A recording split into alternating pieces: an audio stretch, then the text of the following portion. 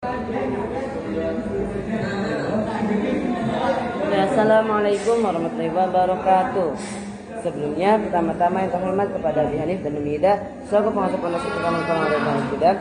Yang kedua yang terhormat kepada guru-guru MTSM Al-Quran dan Hidayah. Dan yang ketiga yang terhormat kepada kedua orang tua saya dan tidak lupa pula kepada teman-teman yang saya banggakan. Nah, jadi di sini saya akan menjelaskan tentang materi Al-Quran hadis, yaitu tentang Quran surah Al-Furqan ayat 67. Nah, jadi Quran surah Al-Furqan 67 itu berbunyi A'udzu billahi minasyaitonir rajim walladzina anfiqu lam yusrifu wa lam yaqturu wa pokoknya kadzalika baina wa kadzalika baina salah wa kana baina dzalika qawama, artinya dan termasuk hamba-hamba Allah orang-orang yang tidak berlebihan dalam berinfak.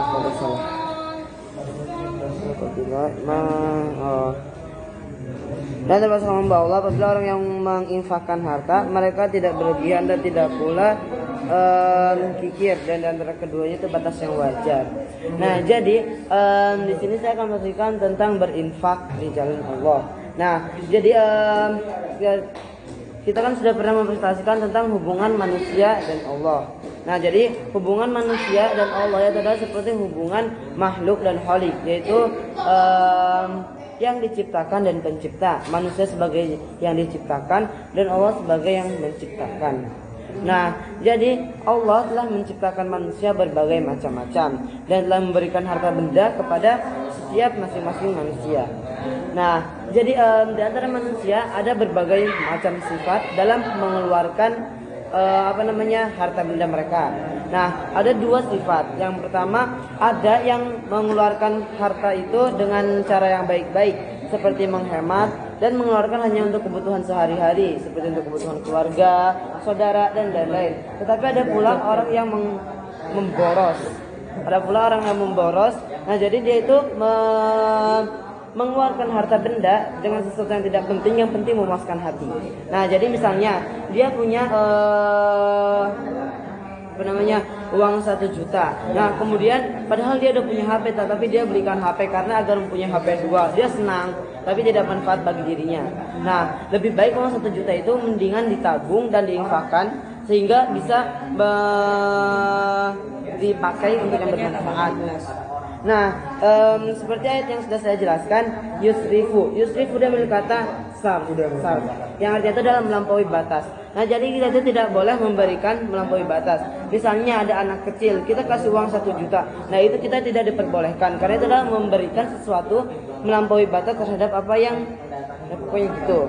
Kemudian ada yakturu kebalikan kata yusrifu. Nah, jadi yakturu itu memberikan sesuatu dengan kurang. Nah, misalnya ada orang dewasa. Nah, kemudian kamu itu padahal mempunyai uang 1 juta tapi memberikan orang dewasa itu hanya 1 permen. Nah, itu tidak diperbolehkan karena itu sama saja memberikan